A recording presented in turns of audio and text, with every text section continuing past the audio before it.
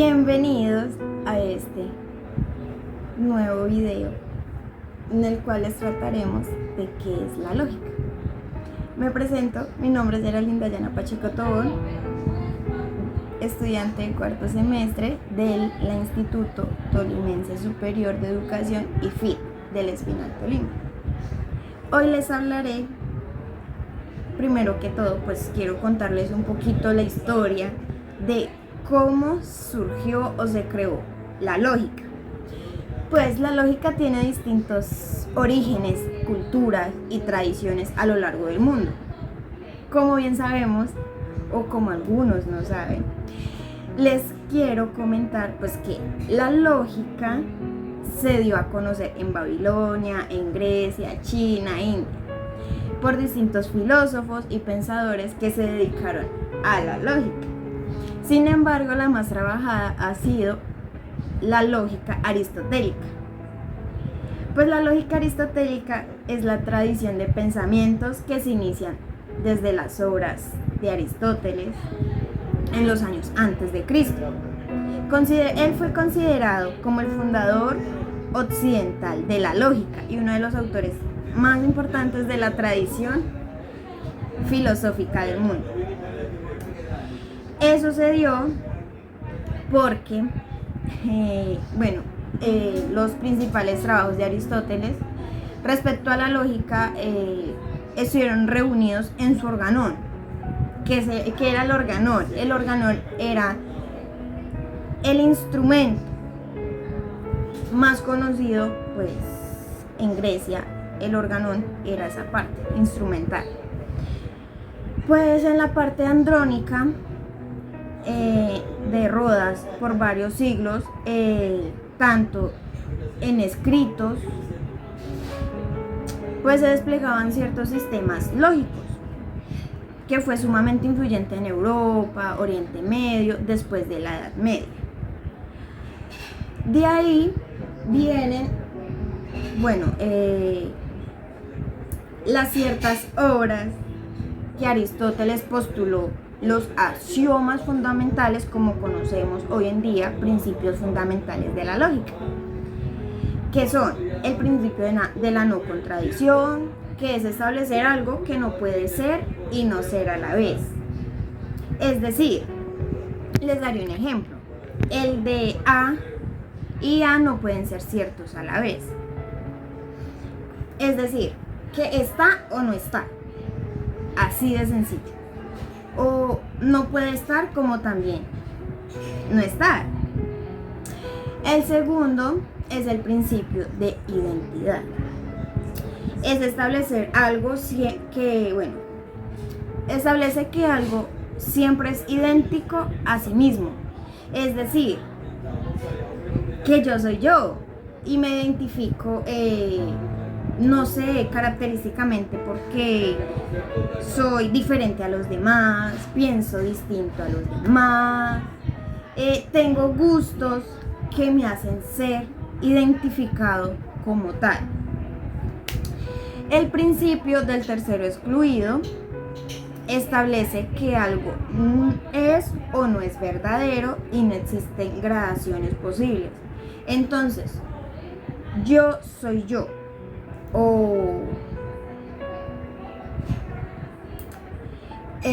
Eso está ahí. Estoy afirmando de que está ahí porque yo lo estoy viendo y porque estoy confirmando que verdaderamente está ahí.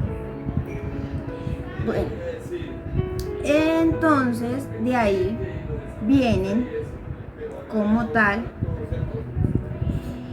la parte de los argumentos o esquemas de validez en la lógica. Pues así como la lógica es la ciencia del razonamiento, de las argumentaciones, nos da a entender que hace un argumento válido, que sea concreto, verdadero. Un argumento válido es aquel en el que la verdad de las premisas implica la verdad de la conclusión. Es decir, que las premisas son verdaderas y la conclusión es verdadera a la vez. Por ejemplo, les daré un ejemplo de la realidad, como sacaré el perro al parque. No sacaré el perro al parque. Gerald sacará el perro al parque. Ahí estoy dando de que la primera es una premisa, la segunda es una premisa y la tercera es una conclusión. Estoy afirmando de que no importa si las premisas son verdaderas, de hecho, nos da a entender lo que importa es que si se acepta que son verdaderas, se deberá aceptar que la conclusión es verdadera y a eso se le llama esquemas de argumentos. De ahí les hablaré sobre la lógica formal e informal. Estos son los dos tipos de lógica que hacen dar a entender cómo se lleva a cabo la lógica en la filosofía. Bueno, a menudo se distingue como tales entre dos campos de la lógica formal y la lógica informal. La lógica formal es aquella que brinda o atiende un lenguaje formal, o sea, a la manera de expresar nuestras opiniones, nuestros contenidos, lo que nos da como a entender de manera estricta o sin ambigüedades de qué manera podemos analizar el recorrido deductivo a partir de la validez de sus formas. Y la lógica informal es aquella que estudia los argumentos posteriores o distinguiendo de formas válidas e inválidas a partir de la información dada. Es decir, que esta variante nos da a entender que debemos tener una validez e invalidez a la vez. La lógica formal pues se puede llevar a cabo o la conocemos en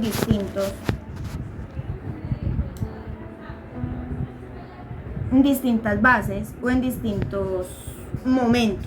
Tanto la lógica formal se conoce tanto en la matemática, en el momento de la aplicación de pensamientos lógicos a determinadas áreas de la matemática y la ciencia. Esto implica como tal que la lógica formal tiene un proceso de inferencia inmediata en sistemas formales de representación como la lógica proporcional o la lógica modal o la lógica de primer orden. Es decir, estas nos dan como a traducir un lenguaje natural como el que estoy teniendo ahora por medio de este video con ustedes, donde pues puedo transmitir los distintos elementos que tiene la lógica. Y la lógica formal se caracteriza en tres partes, que es la lógica proporcional, que opera sobre proposiciones, con variables proposicionales. Estas no utilizan cuantificadores o variables de un individuo o un ser humano. Está la lógica de primer orden o lógica predictiva, que opera sobre predicados y utiliza cuantificadores y variables de un individuo. Está también la lógica modal, que opera sobre el valor de verdad de las distintas proposiciones y predicados. La lógica tiene muchas variantes, como también está la lógica computacional. La lógica computacional es la misma lógica matemática, pero aplicada en el ámbito de la computación. O sea, a diversos niveles fundamentales de la informática, los circuitos computacionales cuentan con una programación lógica y la gestión de los algoritmos. Esta también es llamada una inteligencia artificial en un campo relativamente reciente en el área. Es decir, que la lógica computacional aspira a alimentar un sistema informático a través de estructuras que expresan en un lenguaje matemático las distintas posibilidades del pensamiento humano, y para eso crea sistemas de cómputos inteligentes, o sea, tecnologías más avanzadas. Continuamos con el tema de la lógica. Bueno, hablaremos como tal también de una parte de qué relación tiene la lógica con otras disciplinas. Pues la lógica tiene el razonamiento lógico que se emplea en matemáticas para demostrar teoremas, en ciencias de la computación, que era lo que yo les estaba hablando anteriormente aquí en el video, para verificar si son o no correctos los programas en las ciencias físicas y naturales, para sacar conclusiones de experimentos como tal, y en las ciencias sociales y en la vida cotidiana para resolver una multitud de problemas o acontecimientos. Ciertamente se usa en forma constante el razonamiento lógico para realizar cualquier actividad. También buscamos como un lenguaje que transmita una solución adecuada con pensamientos o razonamientos que sean concretos y válidos. También la lógica nos da a entender de qué estudia la lógica filosófica. Entendida como un sentido estricto, la lógica filosófica es el área de la filosofía que estudia la aplicación de métodos lógicos a problemas filosóficos, es decir, a menudo en forma de sistemas lógicos extendidos como la lógica modal. También está una forma de clasificación que se encuentra a menudo en la literatura, de distinguir entre lógicas extendidas y lógicas desviadas. La lógica misma puede definirse como el estudio de la inferencia válida, y la lógica clásica es la forma dominante en la cual la lógica articula reglas de inferencia de acuerdo con intuiciones lógicas compartidas por muchos, como el principio del tercero excluido, la eliminación de la doble negación y la bivalencia de la verdad. Esto nos da a entender tanto como la lógica se extendió, se basa en la lógica. Bueno, volviendo como tal a llegar a una parte muy importante en la cual, pues, ¿qué es el silogismo en la lógica? El silogismo en la lógica es un método de razonamiento tanto inductivo como deductivo, que nos da a entender o qué nos quiere decir. Que, bueno, su mismo nombre proviene del griego silogismos, que fue estudiado por la filosofía de la antigüedad griega, especialmente por Aristóteles, que nos da a entender como tal cómo se trata el razonamiento lógico, donde él da este método del silogismo. Es decir, este tema o este punto importante del silogismo consta de 3 partes. Consta tanto de 2 premisas y una conclusión, que nos da a entender o qué nos quiere decir. Bueno, nos quiere decir que esta última está obtenida a raíz de las 2 primeras, que son las 2 premisas. Todo silogismo, bueno, pone en relación 2 partes mediante juicios. O sea, de su comparación. Al primero, pues Aristóteles le llamaba premisa mayor, al segundo premisa menor y a la conclusión la llamaba consecuente. Dichas partes pues suelen ser entendidas como proposiciones, o sea, que tanto susceptiblemente deben de tener un valor verdadero o un valor falso. La lógica silogística o de silogismos es abundantemente practicada en la lógica proposicional, dentro de estudios matemáticos o informativos y también dentro del estudio de la filosofía. El silogismo tiene ciertas estructuras. Como ya les dije antes, la estructura del silogismo es fija, es decir, que sin importar el asunto que aborda o la naturaleza de sus premisas y consta de 3 elementos. La premisa mayor es equivalente al predicado de la conclusión. La premisa menor es equivalente al sujeto de una conclusión. También hay un término medio que separa las dos premisas y la conclusión, con el que pues el predicado y el sujeto se comparan. El consecuente o conclusión, esa nos da a entender que al llegar afirmando o negando la relación entre el predicado y el sujeto, estábamos también hablando de que los juicios,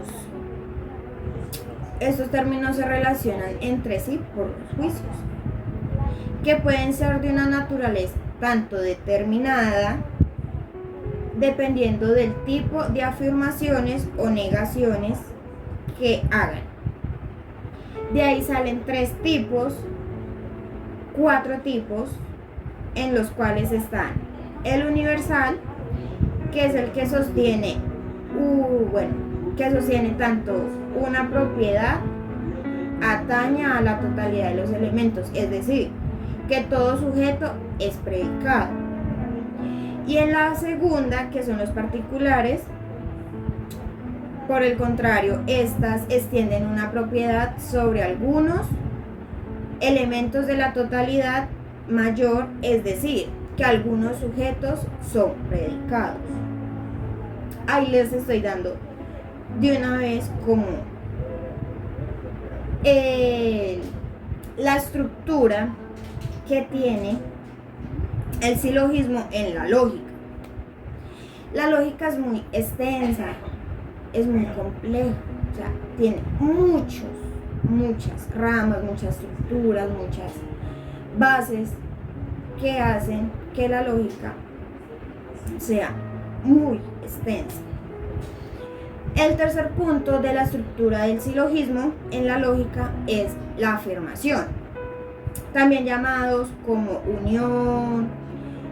Esa propone una relación de equivalentes entre los términos del sujeto es predicado.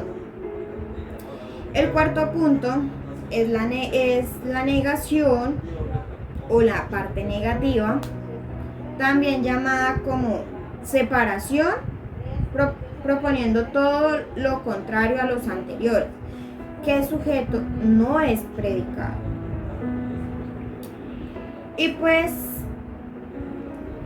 ahí es donde se abarcan los tipos de argumentos, o sea, están los argumentos universales afirmativos, universales negativos, particulares afirmativos y particulares negativos. Los universales afirmativos está la parte que yo les decía, donde S es universal y P es particular. Por ejemplo, todos los humanos deben respirar. En la parte universal negativa, donde S, bueno, ningún S es P, donde S es universal y P es universal. Ningún humano respira bajo el agua. O sea, estoy dando un argumento negativo o un universal negativo.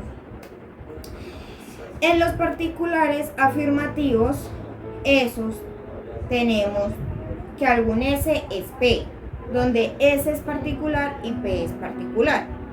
Ejemplo, algunos humanos nacen en Egipto. Y los particulares negativos, donde algún sujeto es predicado o no es predicado, porque recuerden que el particular es negativo. Donde S es particular y P es universal. Algunos humanos no nacen en Egipto. Recuerden que está el particular afirmativo, donde estás afirmando verdaderamente que esos humanos nacen en Egipto. Y el particular negativo es el que se contrae o da a entender de que algunos humanos no nacemos en Egipto. Entonces, tenemos unos tipos de silogismo. Están el silogismo categórico o clásico, que nos da a entender que se trata del tipo usual y simple del silogismo, en el que las premisas y la conclusión son proposiciones simples. Un ejemplo de todas las semanas comienzan con un lunes, hoy es lunes, entonces hoy comienza la semana. Esos son los ejemplos de el silogismo categórico o clásico. Y el silogismo condicional, en este tipo, pues la premisa mayor establece una relación de dependencia respecto a las proposiciones categóricas. Por ende, pues la premisa menor o afirma o niega alguno de los términos, y la conclusión afirma o niega el término contrario. Es decir, un ejemplo, si es de día, entonces el sol brilla. Ahora no es de día, entonces el sol no brilla. Esa nos da a entender que el silogismo condicional tanto afirma como niega y nos da la conclusión de que entonces el sol no brilla. ¿Por qué? Porque nos está negando de que tanto si es de día, no lo es ahora mismo. Entonces, el sol no está brillando. Porque, o sea, ahí nos da a llevar a una conclusión afirmante o negativa, en la cual es de día, pero no lo es. O sea, que puede estar de noche o es tarde, no lo sabemos. El silogismo disyuntivo, bueno, en él la premisa mayor propone una disyunción, es decir, la elección entre dos términos que se oponen, de modo que no pueden ser simultáneamente verdaderos o falsos. Es decir, por ejemplo, un animal nace siendo macho o siendo hembra. Un animal nace siendo macho, entonces no es hembra. Y pues el silogismo nos da a entender todas esas cosas en la lógica. La verdad es que la lógica tiene demasiadas ramas, significados, conocimientos. Y pues la verdad,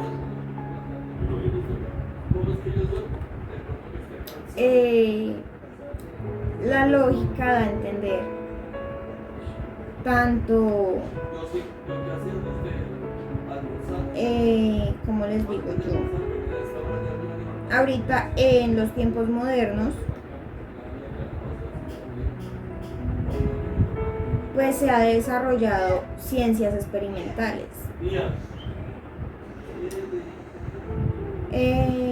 Es decir, que contrariamente a lo que Aristóteles estudió anteriormente de la lógica deductiva, Bacon es un fundador nuevo, moderno, en el cual dijo que la lógica inductiva nace de un sistema de reglas y procedimientos que permiten llegar a lo general a partir de los hechos particulares. Es decir, que la lógica toma un carácter más formal. ¿Por qué? Porque ante la ruptura entre la lógica y la naturaleza, entre las formas del pensamiento y su contenido objetivo, bueno, nos da a entender que alcanzó su punto culminante en la filosofía. Entonces, pues, tanto la lógica se ha vuelto, un instrumento del conocimiento humano, en el cual nos da esos términos de que la lógica formal, tradicional y las relaciones entre esta lógica que pues anteriormente les he mencionado y les he dado como a entender un poquito,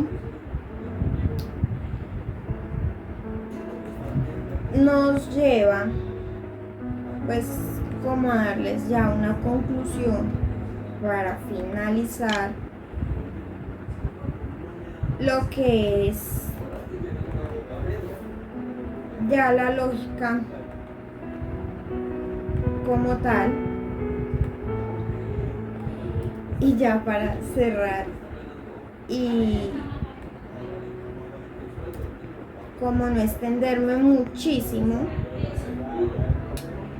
pues la conclusión a la que llegué de todo este tema de la lógica, como el silogismo en la lógica, los principios fundamentales de la lógica también, porque fueron pues uno de los puntos que les mencioné como a comienzo del video, en el cual como que les relaté un poco de cómo surgió la lógica antes y cómo se está llevando a cabo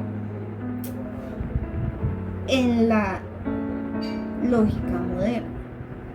Entonces, en el campo de la lógica, la conclusión es que la proposición final de un argumento o un razonamiento, porque se desprende de las premisas, es decir, que los enunciados que están afirmando algo, por ejemplo, todos los hombres son mortales, es decir, que Sócrates es un hombre, por lo tanto Sócrates es mortal.